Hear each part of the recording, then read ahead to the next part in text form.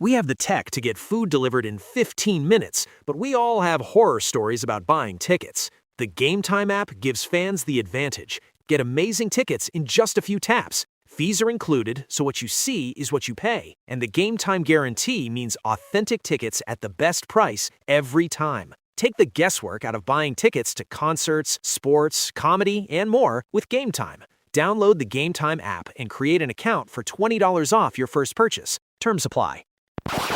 Now tuned into the greatest.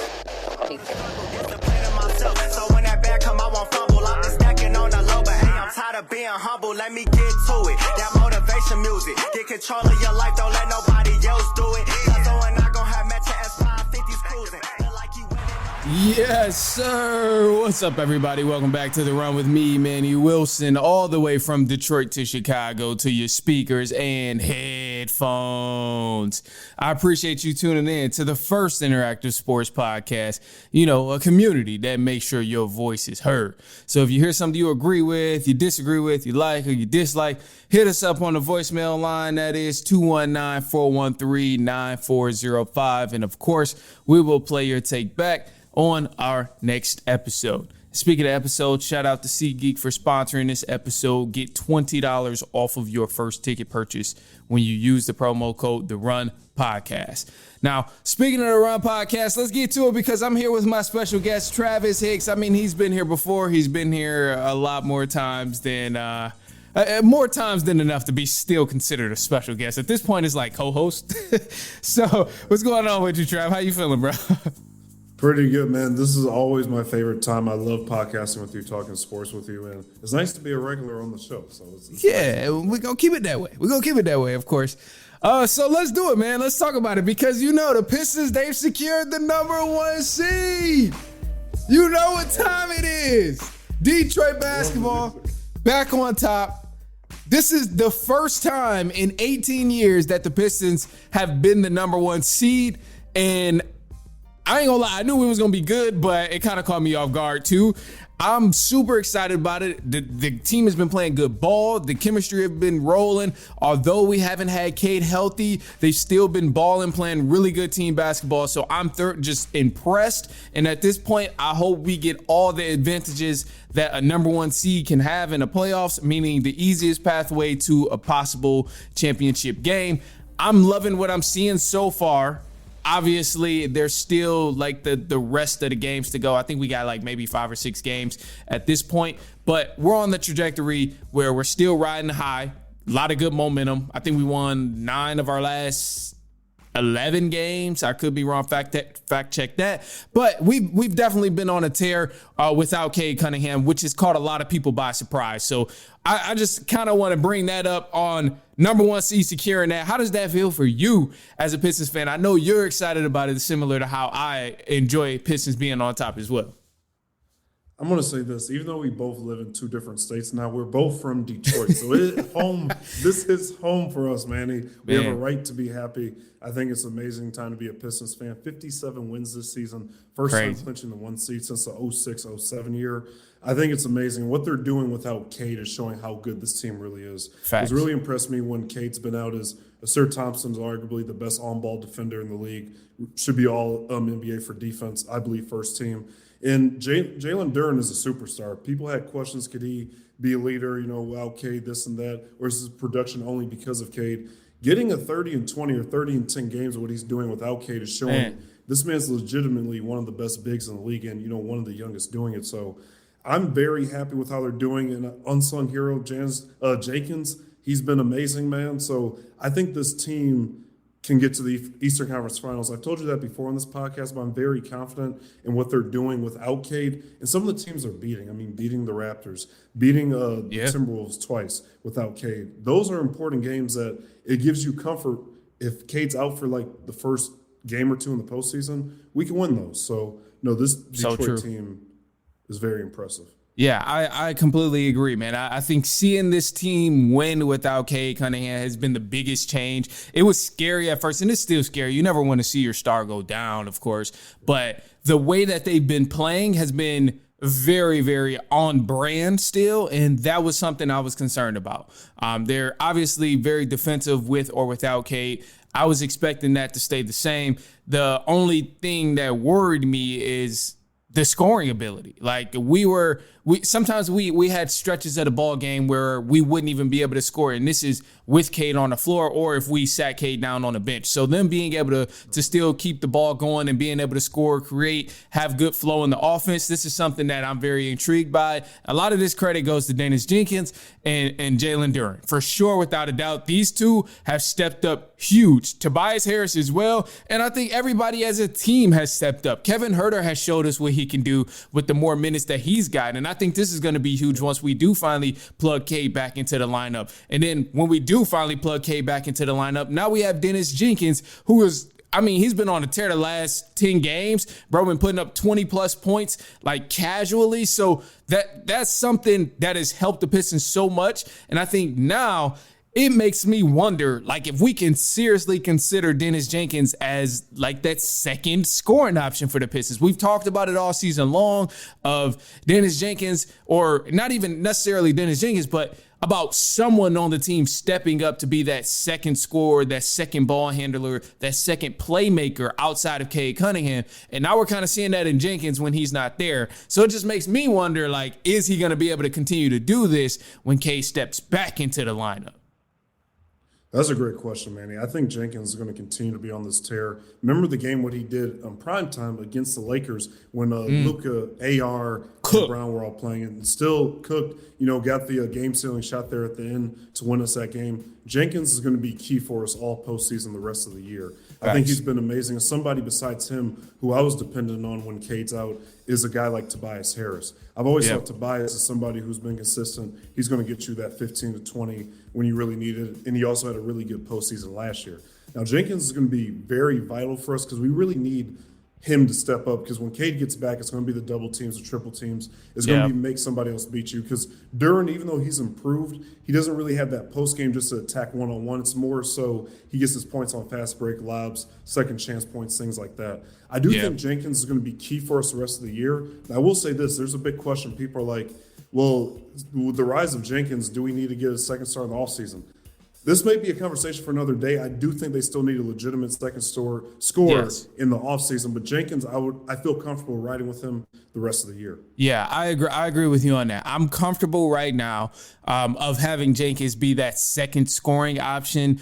But down the line, I don't think it's going to be extremely sustainable to be able to keep him as the only second scoring option. I think we do need someone who can distribute the ball a little bit better, who can score a little bit better and create their shot a little bit better. Because no slander to Jenkins, to what he's doing, but I think if teams were to start double teaming Jenkins, I don't think he would be the same type of – I don't think we'll be able to rely on him the same way that we're seeing him thrive right now. I don't think he would have this same exact success if teams were to start bringing more pressure, start trapping him, picking him up full court, and just like revolving the entire defensive scheme around this particular player. I can't see Jenkins thriving in that type of environment just yet. Maybe he'll come in the future, but part of that is why I say we still definitely got to go get someone else on the offensive side that can create their own shot at an elite level. And thankfully, Duren has elevated his game a tremendous amount.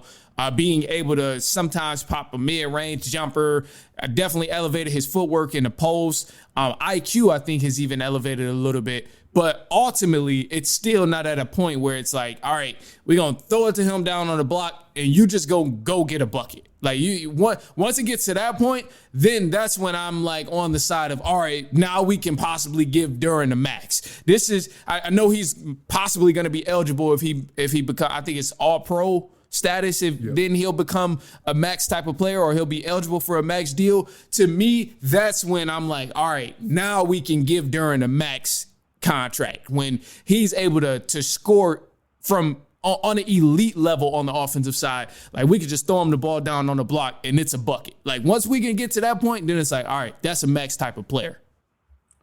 No, I agree with that. I think Duren has so much potential. As young as he is, this Pistons team, they could really make runs like the early 2000 Pistons of the six straight conference finals. I truly do believe that. Because if Duren gets to that point where you have to, when he's a threat down low, where he has a post game, I mean, they're going to become unstoppable. Because, like, right Yeah. now when you look at this team, you're like, Cade is an MVP type level player.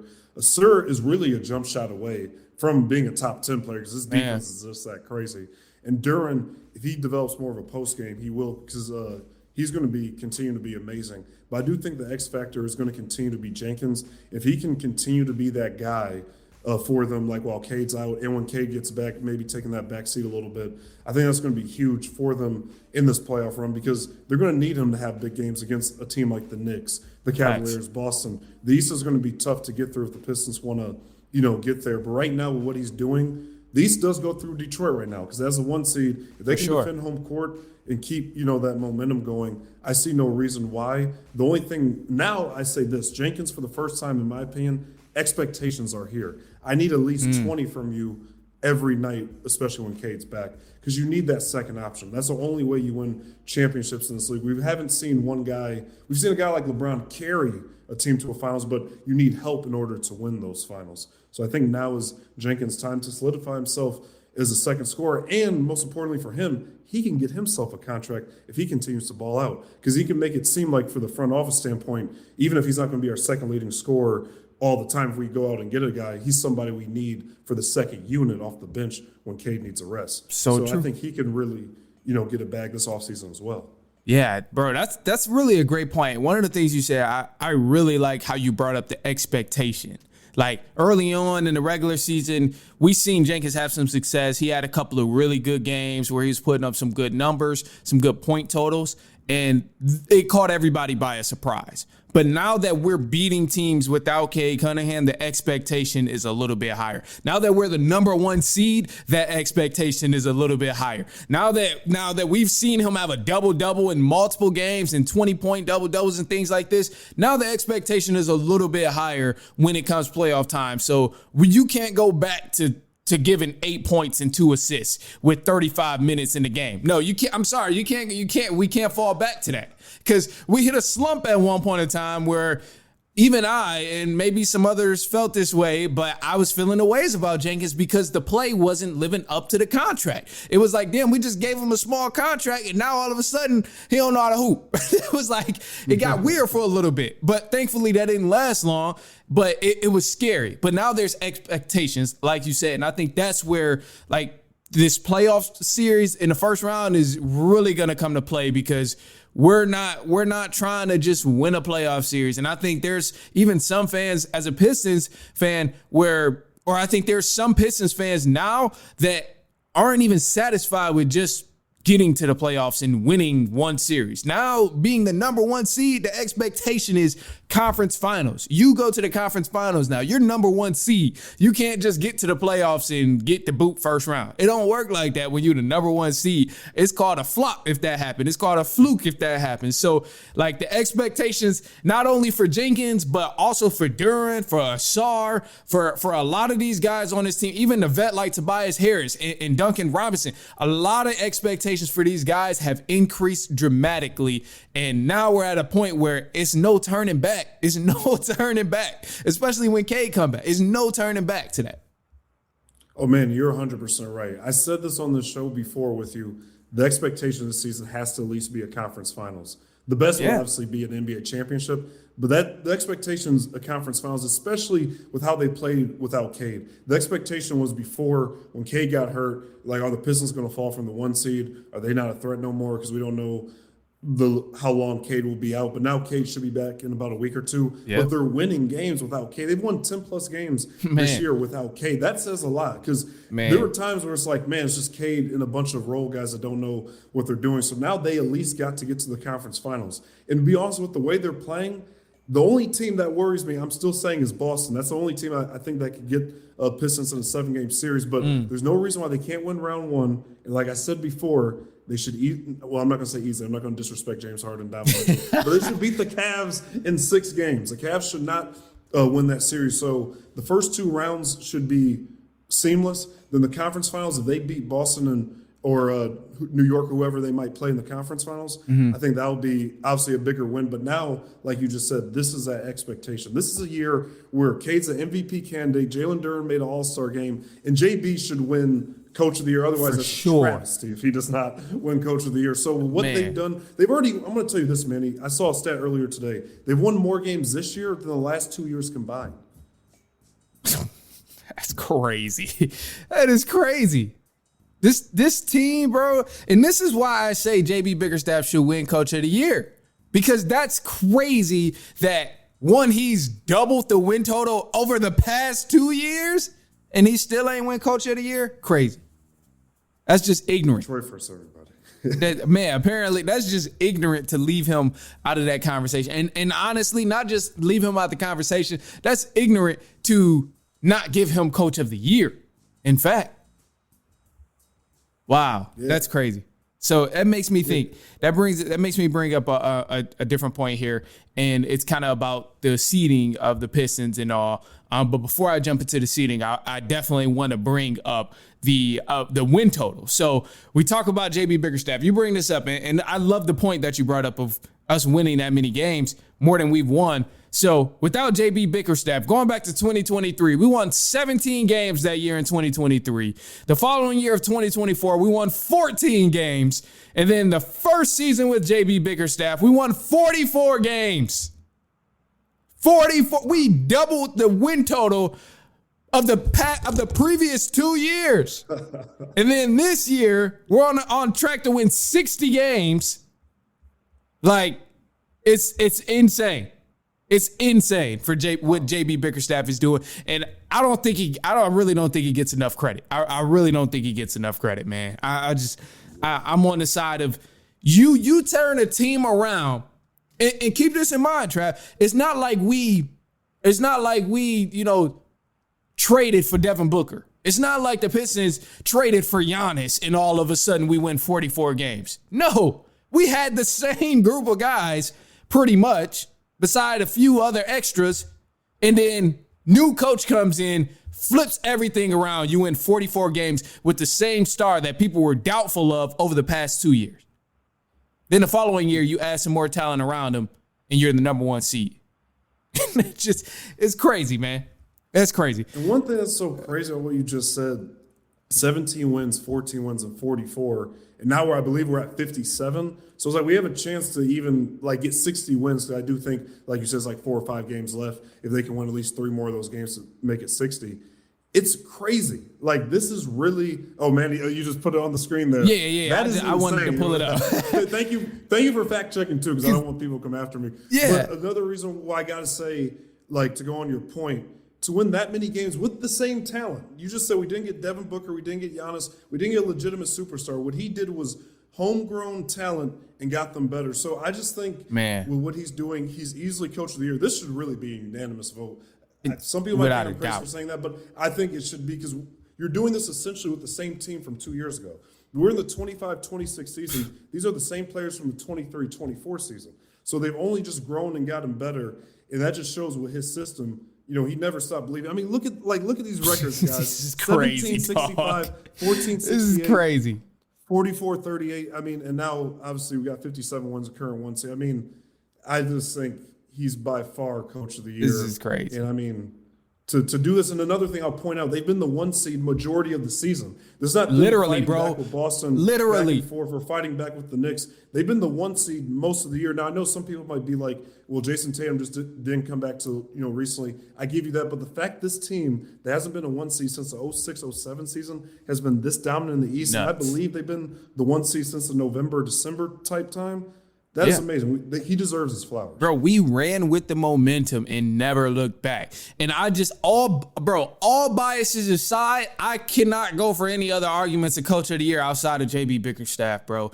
I really can't, man. I know there's some other great coaches in here. You could argue, I know Spurs, what they're doing is tremendous because they have a similar history with the Pistons where they've been bad over the past few years. But Wemby came in, changed that. They also traded for a guy in De'Aaron Fox, who's a tremendous player himself. So this makes sense of why they were able to double win totals and become a top seed in the Western Conference. You look at the Celtics, a lot of people thought they were going to be bad because of Jason Tatum, no Jason Tatum, but did you forget? There's literally a finals MVP over there on that team, along with Derek White, who's a bucket and doesn't get enough credit for what he brings to the floor, and Peyton Pritchard. There's a lot of buckets over there in Boston, so Definitely can't discredit that. With the Detroit Pistons, I guarantee you there's probably half of the guys who are on social media talking about the NBA did not know who Isaiah Stewart was, didn't know who Dennis Jenkins was, didn't know who a lot of these guys on the Pistons were until they started beating their favorite team, until they started beating the Lakers, until we started beating the Timberwolves, the Magic, the Boston Celtics, all of these elite teams in the NBA. I'm sure they didn't know who a lot of these guys are. And it's like, that's what I say, bro, just all biases aside, JB Bickerstaff is doing this with a homegrown roster, and he's yet to like make a big splash move to bring in other people and be able to have them there for the main reason of why his win total is doubled. So it's just like, bro, all biases aside, man, I can't get with any other coach of the year outside of Bickerstaff, bro. I really can't. I really can't.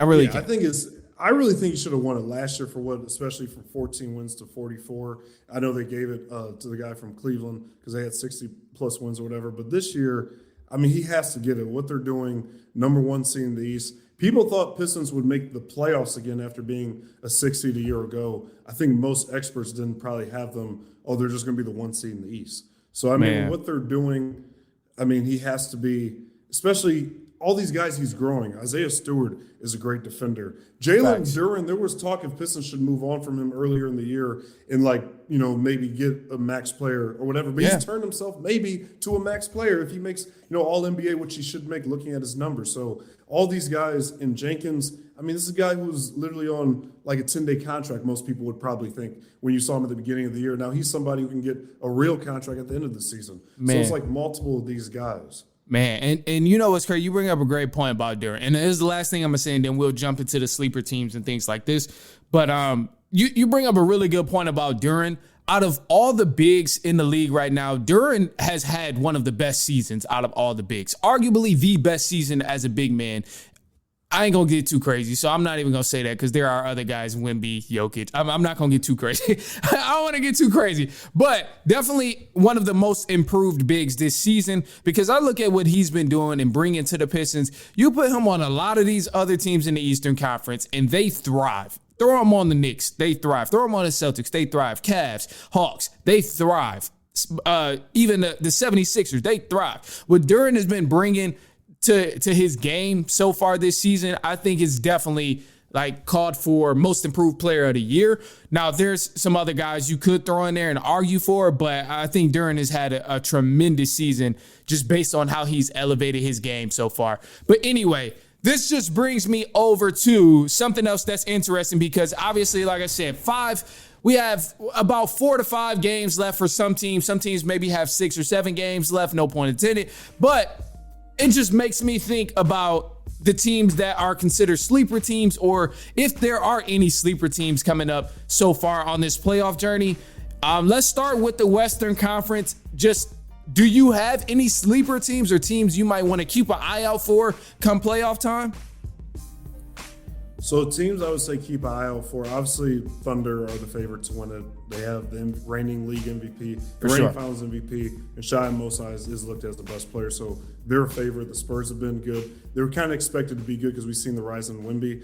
But the team I'm going to say is a sleeper, and they're a good team. They're not no bad team. Okay. You still can't give up on the Denver Nuggets. I think Jokic with his style of play, he's still an MVP, obviously, type player. Should have more MVPs.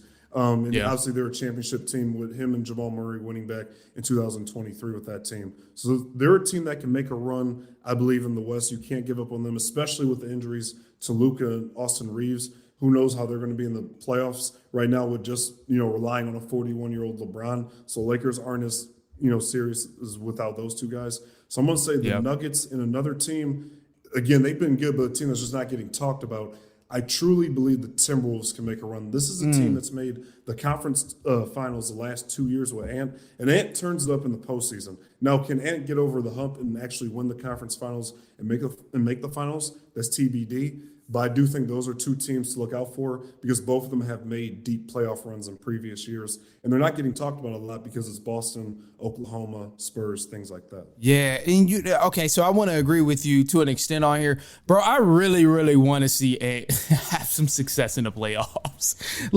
I think think he's had such a difficult path on winning in the playoffs, hence having to go against the Nuggets every year or going against OKC every year. Like, it's been no easy routes to the finals for him or even the conference finals for Ant-Man. I mean, I'm pretty sure at one point they played Dallas as well with Kyrie and Luka before that trade went down. Correct me if I'm wrong, but I really want to see Ant thrive in the playoffs, man, because when he does all regular season, how exciting he is to play, man, it's something about, I think it would just be must-see TV watching Anthony Edwards in the finals. Like, oh, man. He gives Michael Jordan type feels. People are joking, say, well, he might be Jordan's son in the league. Man. About Jimmy Butler, but Ant really has gotten better. His three ball, his defense has always been there. We obviously know he's a freak athlete with so many, poster dunks he already has this early in his career. And he's a guy who I believe can get them over a hump. And he's also a guy doing it without like the craziest team. Obviously, Julius Randle's a great player. Dante DiVincenzo is amazing, another good role player. But I think this is a guy who can lead that team, to a run. Now, can he get over the Thunder, Spurs? Those are going to be tough. Man. That's TBD. But I do think if it's one man that can do it, him and his team, I think it's Ant, because they've been proven the last 2 years to make it there. Yeah, it's close, man. It's going to be close, and I really do hope. But here's the thing. The sleeper teams I have in the Western Conference, I don't really know if I have like one specific sleeper team in the Western Conference to go through and win it. However, the team that I'm banking on to probably have the best success in the Western Conference is going to be whoever plays the Lakers in the first round. Like, I don't care who it is. And this is, I know I've said Lakers are fraudulent before, and this is not me trying to like clown the Lakers, but it's really just because they're beat up right now, bro. Austin Reeves is beat down. He's hurt. Luka Doncic is beat down. He's hurt. So now you're leaning on a 40-year-old LeBron James to win you an entire series on his home. Oh, wait, and let me not forget their co-star, Bronny James, to win you a series in the NBA playoffs. Now you're relying on 40-year-old LeBron James and the co-star Bronny James to win you a playoff series. I just think that whoever plays the Lakers in the playoffs in the first round right now, I'm pretty sure it would be wait, who would it be? Let me see. It would be the Timberwolves? I could be wrong. Either way, whoever sees the Lakers in the first round, I think they have a huge momentum booster, because a lot of the guys on the Lakers are beat up and bruised, and now they're relying on Bronny James to get them a playoff win each night. So I just don't think it'll happen. Another team in the Eastern Conference that I'm a little cautious of, and I think they could really make some noise just because they got a guy on there who is very explosive, a guy on there who cannot be guarded and cannot be stopped. And I think he's going to catch a lot of people by surprise when he does mess around and take a team to 7 and possibly win a series. And that's going to be the LA Clippers. Now, LA Clippers, typically in the past, they've had James Harden, and we always clown James Harden in the playoffs, but now they're led by only Kawhi Leonard. And I think this team is definitely good enough, led by Kawhi Leonard, to win a playoff series. So I don't know who they match up with, and everything's going to be decided by these last couple of games here. But I have faith in the Clippers that maybe they're not going to go to the conference finals, but more so they can eliminate one of these elite teams. If they go against the Houston Rockets, then I think that's something where Clippers might be able to win that series. If they go against the Lakers, I think I'm favored in the Clippers to win that series. So I wouldn't turn a blind eye to the Clippers, mainly because of Kawhi Leonard, but I also think that team can match up very well with other teams in the Western Conference. And really, the real winners here in the Western Conference, no matter who you choose as a sleeper, is just going to be whoever the hell avoids OKC first. Whoever avoids OKC first, because I can't see them losing in the first round for nothing. Yeah, no, OKC, there's no reason they shouldn't make the finals unless an injury, God forbid, happens. Never want to see players get hurt, because, if they're just healthy, Shai is a bucket. People can call it three-throw merchant, whatever, but this man is a bucket. That team is insane, especially with the addition of Jared McCain. They just overall got scores from whoever. Now, I will say this, because you brought up the Lakers.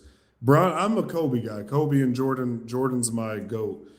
And LeBron is amazing. I respect LeBron. I think he's a top 2 player to ever play, right behind Jordan.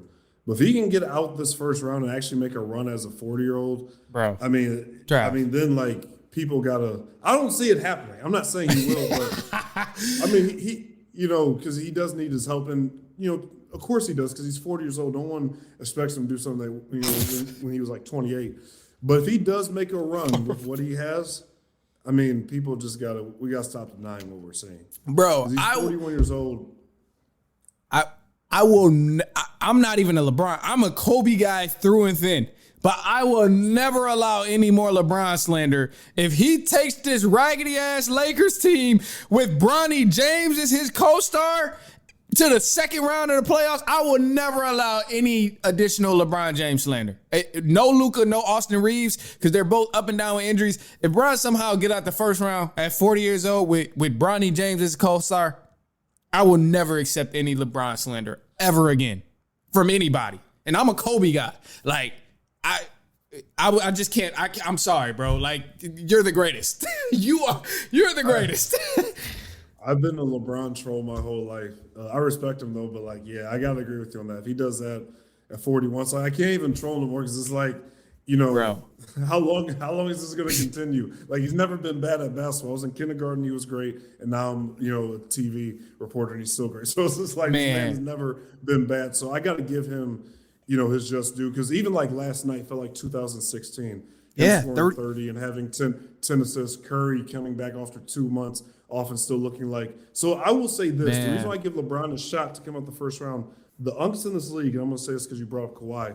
These guys are still really good. Kawhi is like, people talk about load managing. He might not care about hoops, but when he plays, he's better than everybody else that does care about hoops. Facts. Let's get that straight. Facts. So like him, Kevin Durant, and I'm not saying the Rockets will make a run, but these guys, can still ball. So you can't count them out. Now, even though I'm a Curry guy, I don't think the Warriors are going to do much just because injury ridden, and that's another story. But I do think LeBron might be in the best scenario out of all of them to at least win a playoff series. Now, I'm not going to say LeBron will win the conference with this team or finals, because if he did that, then all of us would be shocked. We'd all be like, "What the hell are we saying?" Like, man, But if he does get out the first round, I do give him a slight chance.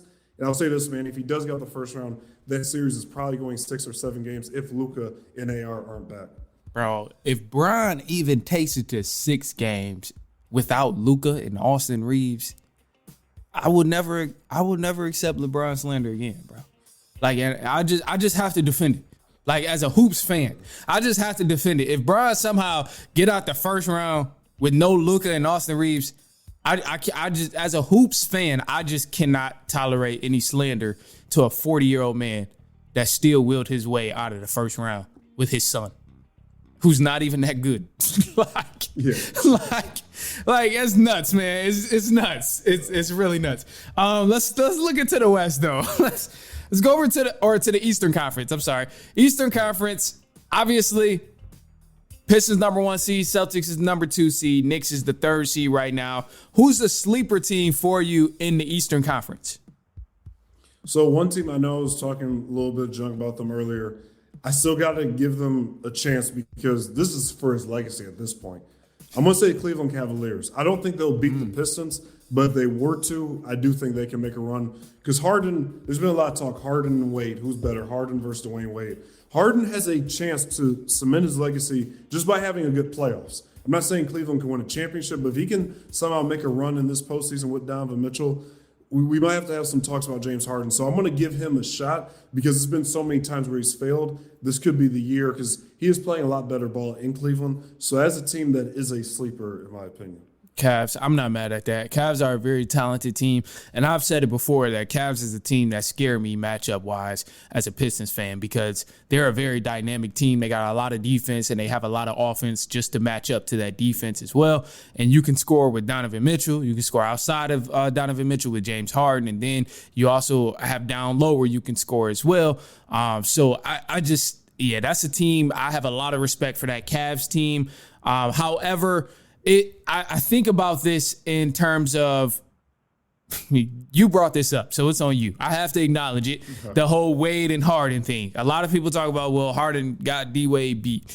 I think that's silly. I think it's so silly when people say Harden has Dwayne Wade beat. Not only did Wade win in the playoffs, but also Harden has not won anything, and I think skill-wise, people really forget how much of a bucket Dwayne Wade was, man. I think recency bias really takes over for a lot of people, and I think because Harden was a better three-point shooter, a lot of people associate that with him being a better player offensively, when that was not the case at all, because Wade was an animal on the floor offensively, and he was much better defender than James Harden has ever been in his life. So I think people get a little crazy with this argument of Harden and Dwayne Wade sometimes, and it gets a little out of control because people easily want to side with James Harden. But not only did Wade win in the playoffs and win multiple rings, but he's a better defender. He was a better defender at any point in his career than James Harden. And also, too, outside of three-point shooting, you could argue that Wade was a better offensive player than him as well. So I don't think that's another conversation we can continue to have, but I don't think we can just move past it without acknowledging it, because this would do something for Harden if he wins, but I still don't think it will put him on that trajectory of being better than Dwayne Wade. And one thing I do got to give you, I'm happy we are talking about this because it has been a big topic. Like, people forget now, career-wise, because obviously there's been back and forth with him, Patrick Beverley. He named out all the stats that James Harden has more than Dwayne Wade, and he does. But the reason why I would take Dwayne Wade, not just agreeing with you, Manny, but the reason why I do agree, is the fact Dwayne Wade's a finals MVP. This man was a champion before LeBron. That finals against the Mavericks, over 30 points, over 6 assists, and over 6 rebounds against that Dallas Mavericks team in 06 at age 24. So this man, the reason what separates me and kills the argument, Dwayne Wade was better in the postseason. James Harden is one of the greatest regular season players of all time. In my opinion, he's like the Aaron Rodgers of the NBA. But he's also somebody like Aaron Rodgers who doesn't always show up in the postseason. Now, granted, Aaron Rodgers does have a ring. James Harden's still looking for his first one. So I got to give you the Dwayne Wade one, because the postseason is where it matters most. Because most guys in the league would rather have a finals MVP, which Dwayne Wade has, over MVP, which James Harden has. Yeah, and that's a great point, bro. That's literally exactly like some of the things where I just need people to think about before they say Harden is better than Wade, because, like, you can say, oh, well, Wade played with Shaq, Wade played with LeBron. But, bro, let's not forget, Harden done played with half of the superstars in the league and ain't won nothing. KD twice at that. Yeah. Kawhi Leonard, Paul George, Kyrie, Russell Westbrook. Like, he done played Donovan Mitchell. Now, he done played with damn near all the superstars in the league at this point, and it still ain't won nothing. So it's just, it's Chris Paul. Like, the names continue to just go on and on and on and on of who I think about. Unless them Rockets teams was loaded at one point, man. Like, people blow these things out of proportion, but I think this could tremendously help James Harden's legacy if he was to go on and win. But ultimately, I still don't think it will put him past D-Wade. But I agree with you. It does give them a good shot to, I would give them a good shot to definitely be a serious threat and possibly go on to win something, because they got the team to do it for sure. Now, this makes me think, too, the sleeper team that I have here in the NBA Eastern Conference for the playoffs, I got the Raptors as a sleeper team. They're not a high seed right now. Yeah, the Raptors are a team I really wouldn't want to play if I'm the Pistons, just because matchup-wise, they can be a nightmare. They're a very lengthy team, and they're led by a great offensive player in Brandon Ingram. But fully healthy, this team is a force, like on all three levels of the court. Which is why they scare me a little bit. But I think depending on who they play in the playoffs and who they can match up against, they will definitely take a team to 6 or 7 games and possibly even win it in that 7th game. But I think you gotta be locked in if you're gonna play the Raptors. I mean, you make a good point. I wasn't expecting you to say that, so I'm glad we got some different teams. Scotty Barnes still a bucket. They do have a good overall team. This is a team that's been consistently winning and been in those fights with a lot of other good teams in the league.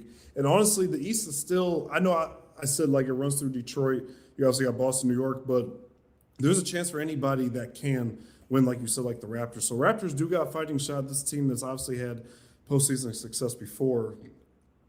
I don't know if I see it, but actually I can't say I can see, because anything is possible, because they do have a team that's contend like with the Knicks and other teams that they've gone to battle with this season. So they're very interesting. One team I'll add too, they're not a sleeper, but this will just be impressive if they end up winning it, because it was supposed to be a gap year it's still Boston. I know people are like, and I just said Boston's probably going to win the East. The fact that Boston's been this good with just Jaylen Brown before Tatum got back, losing Drew Holiday, losing Al Horford and Kristaps Porzingis, and these guys are still looking like they're probably going to at least win the East. And Tatum, just 10 months off hooping, is still getting 20, 10, and 6 assists. See, that's shout out to Jason Tatum's doctor. Shout out. I mean, I'm so glad he's able to come back. Let's just acknowledge that. I love Jason Tatum. I love Jason Tatum. I'm not a Celtics guy at all. I'm not high on. I mean, I like what Jason Tatum does. I like him as a basketball player. I think he's tremendous. Same with Jaylen Brown. But the reason I'm not really impressed by the Celtics, or I'm not moved much by the Celtics, is because they didn't they had Drew Holiday over the years. They lost them, and they've made small adjustments. But, bro, this is a finals MVP on his team. And Jaylen Brown. We've seen what he's capable of. To me, I'm like, this is where they should be in a sense. I know nobody expected them to be a top 3 seed, and I didn't expect them to be a top 3 seed, but I expected them to be relevant with Jaylen Brown. He's a bucket. And then also, it's not like they lost Pritchard. Pritchard has elevated his game tremendously over the past 3 years also. I think he just continues to take a step further, each season that he plays in the NBA. So he stepped up a lot. He's tremendous at what he's done.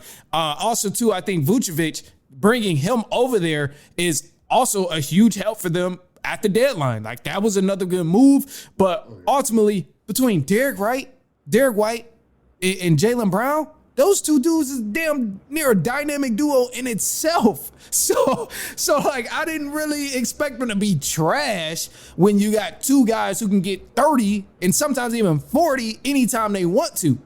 Peyton Pritchard's a guy who can shoot 20. Yeah, even Peyton Pritchard can light you up for 30 at any time.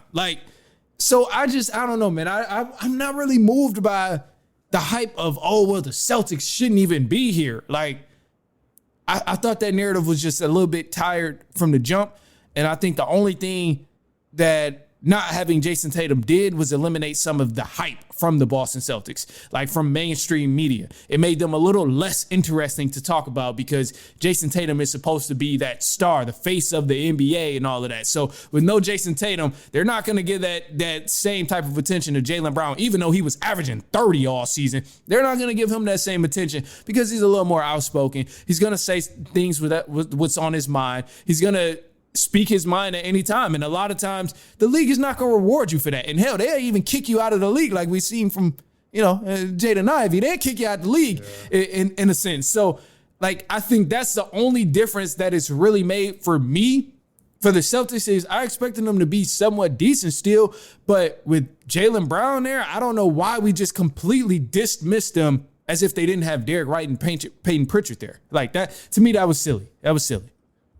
So the reason why I do disagree, even though you do make good points, they still lost Al Horford, Kristaps Porzingis, who's been a star in this league for a while, part of a good dynamic duo with him and Luka in Dallas, which made a conference finals before. Then Drew Holiday, one of the best on-ball defenders in the league at one point, and he was really the moving piece that got them that 2024 championship. I mean, it was really just Jaylen.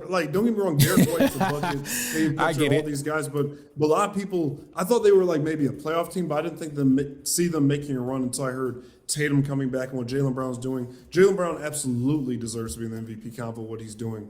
But the fact they're playing this good without those guys I named that they lost, then you got Jason Tatum coming back, already finding his rhythm after a torn Achilles and doing all these things like getting over 20 a game and all that.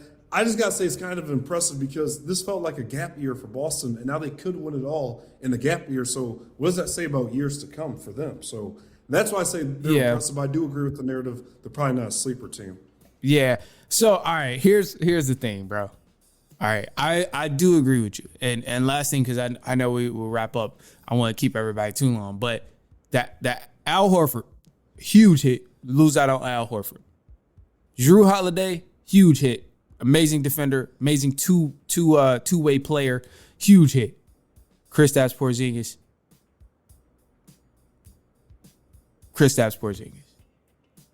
What do you mean? Kristaps Porzingis? Kristaps Porzingis. Was on the court. When he was on the court, he was helpful. But bro would come on the court for 2 quarters. Not even.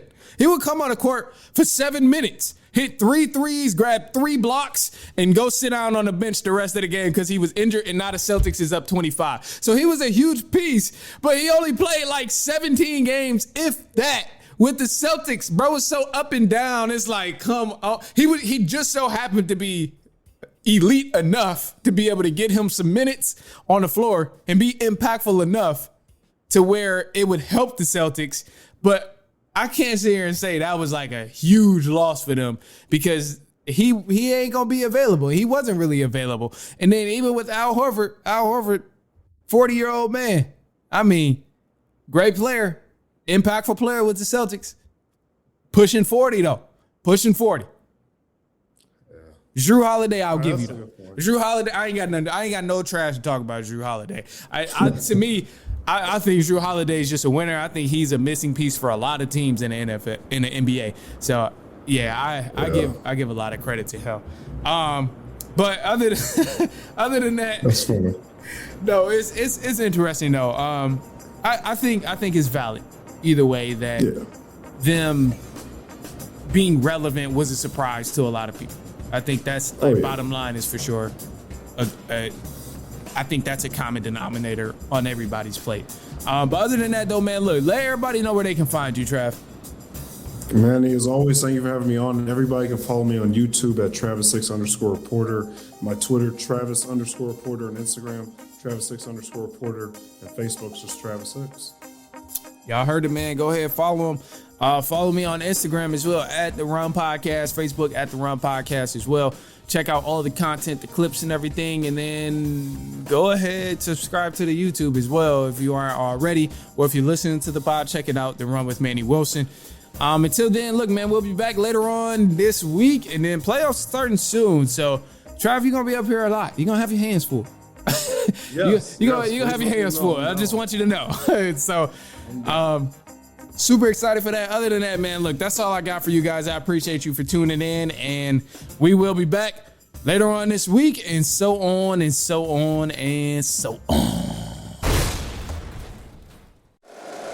If you like the show, please take a moment to rate, review, and subscribe. It really does help the show to grow. Thank you for listening.